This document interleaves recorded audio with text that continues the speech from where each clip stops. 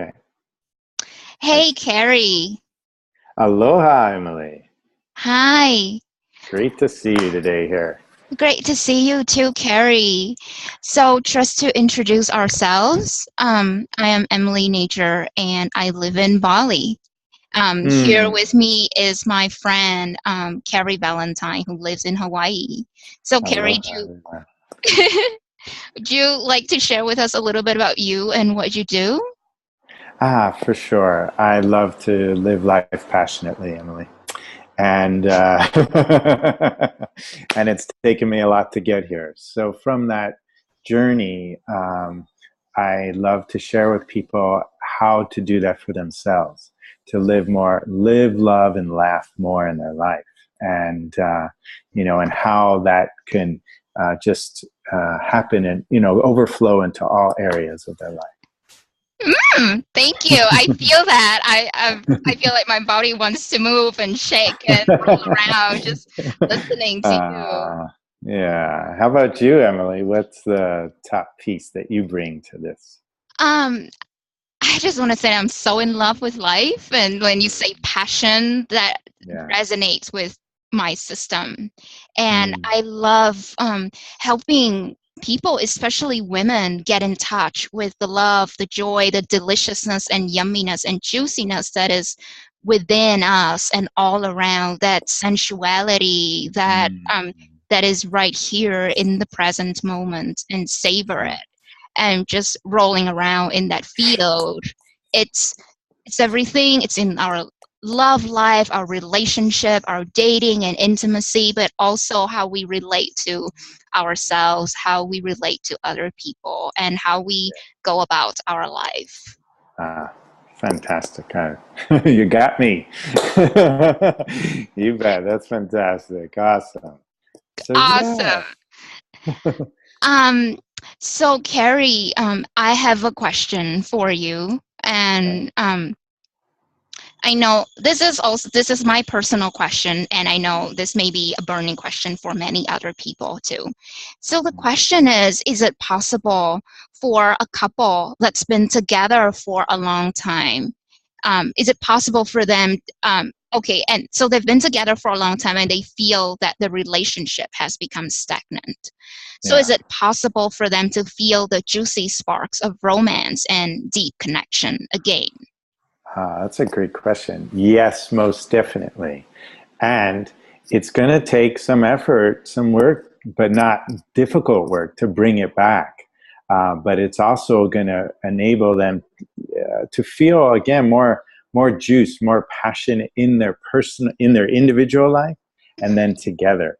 Mm, So and I would say this because this happened to me in my own life, being married for 24 years. Of About 13 years into our relationship, into being married, we hit a wall, and mm, um, and just it took us some time to figure that out, but and we did. And the main thing I want to say about that is the relationship not only came back to being juicy, like you asked, it got better.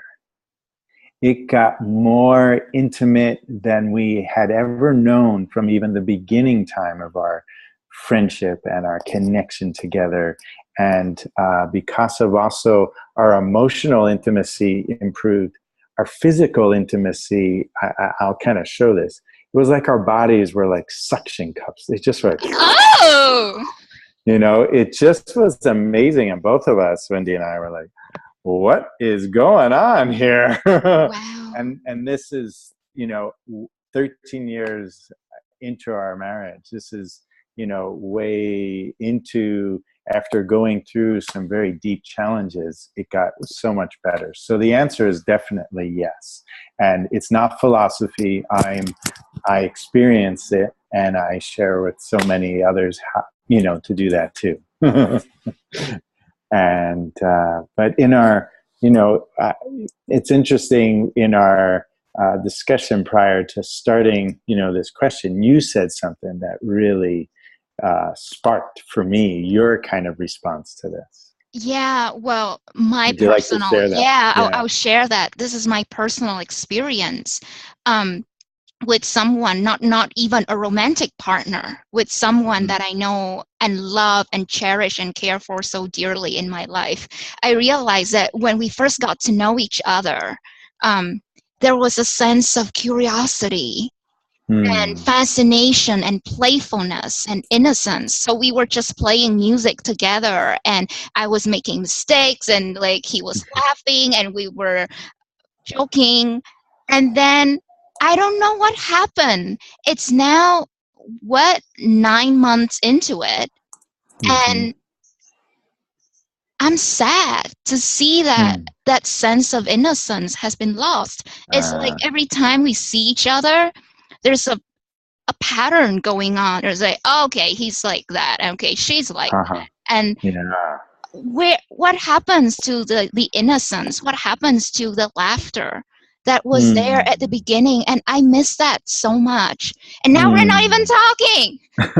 Like, what the heck?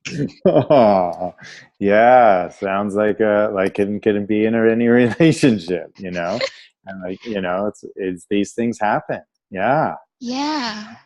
and why? Like why do they happen? From my experience, it's a number of things. It's we become comfortable, we judge the situation, or in our own head we got our own doubts and fears or judgments that starts to make, I love that word you used, innocence. It dampens that innocence. And Mm, with that innocence, there's, like you said, that playfulness, the joy, the heart, yeah. that friendship. And the pieces, yes, we can return back to that innocence. And the two people got to choose to be willing to do it. And the pieces, that's it. It's not that difficult. It's just to say, I choose to return back to that innocence and that connection that we had now, and then start to take on other qualities to make it so, Yeah. but you have to have that desire first, don't you think? Okay, I have two questions coming up as you're saying. So the first, my response is what you're saying. What I hear is that habitual thinking gets in the way. Yeah. For me, it's like every moment is a fresh moment. It's Mm. new. It's like Yes. coming out from the mouth of source. It's like new Mm. water pouring down a stream every moment. It's Mm. tingling, it's alive, it's fresh. I'm not the same person that I was yesterday. And Yes. definitely you are not, and he is not. But it's like when we come together, we have this filter of, oh, we can see the person and we can see ourselves for who we are in this Yes. moment.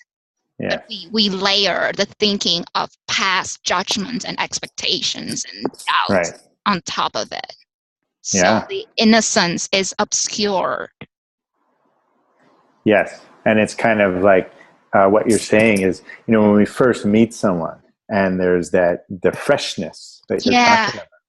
And then we meet them again the second or third time. And it's possible that we start to then lose that freshness because where there's that, again, like the almost a comfortability happens versus it can be a choice to go, yes, I'm meeting this person I know, but why I can choose to bring again this unknown quality of excitement. Like, tell me more. What's happening to you today? What is, I'm again, like, I want to know who you are today. Can you imagine if we wake up every morning and we speak to our family, our friends, our coworkers as if we were meeting them for that first time, that same kind of presence? Mm, What would our life be like? wow. Here's my second question. Does it take just me? Does it take just one person to turn it around? What if the other person is still looking at me through the same old lens? It's a great question. My experience is, Emily, it begins with you. It begins with me. It begins with Mm, ourself. Then we can have that conversation with the other person, but we can be electrified. and bring that presence.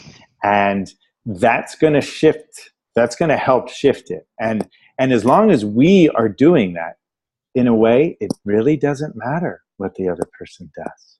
Because if we can't look for the other for love, got to look to ourselves for this love, this presence. But I'll tell you, if you bring that energy and you're back to that, exuding that kind of exhilaration, more than likely it's going to do something to that person. They're probably going to feel the influence of that energy and want to come back, play back with you. And if, then you can, again, have these kind of questions, have this conversation with this person and say, don't you want to return back to where we had? Wouldn't that be fun? And they may say no, or they may say yes. That's their choice. But you don't, or I, or someone watching this, we don't have to choose to lose our innocence, our empowerment in that, to hold that space. It's up to us, not up to them. Oh, I love that. Does that make sense? It does. It's what I'm hearing is like, what kind of energy do we choose to bring to the table? Yes. And I just have to say this because I feel a very deep connection with dolphins. But it's, to me, is this dolphin energy. Like, you never see a dolphin kind of connecting up with its buddies or in the water with humans and go, oh, yeah, I've seen you yesterday. I don't need to be so happy. They're always so happy. Always so full of vibrancy and want to play. And they're, and yet they're incredible, wise beings, but they're always ready to play, So maybe we can be more dolphin-like. Oh, I love that. Like, yeah, I'm sensing playfulness, curiosity, innocence. That's the dolphin-like qualities, isn't it? Yeah. Right. And I'm just seeing if I come to see that person that I'm relating with, instead of like, right, I should have seen that coming, or yeah, I should have known better kind of attitude. What if I could be more open and take every moment as a new moment? Yes. And like inviting them to come to play with me in that space. Yes. Like, even if they were to reject me the previous moments, I'm saying, it's okay. I'll keep inviting you to come play with me again and again and again. Yes. Because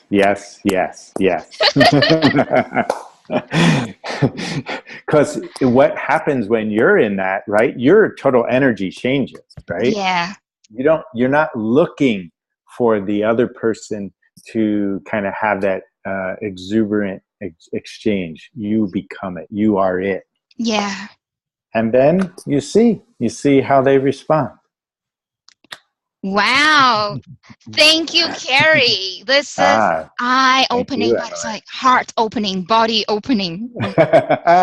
Oh, can I be a dolphin? Yeah. Yes. Yeah. Awesome. Beautiful. Thank you. Thank you. What a great question. Yeah.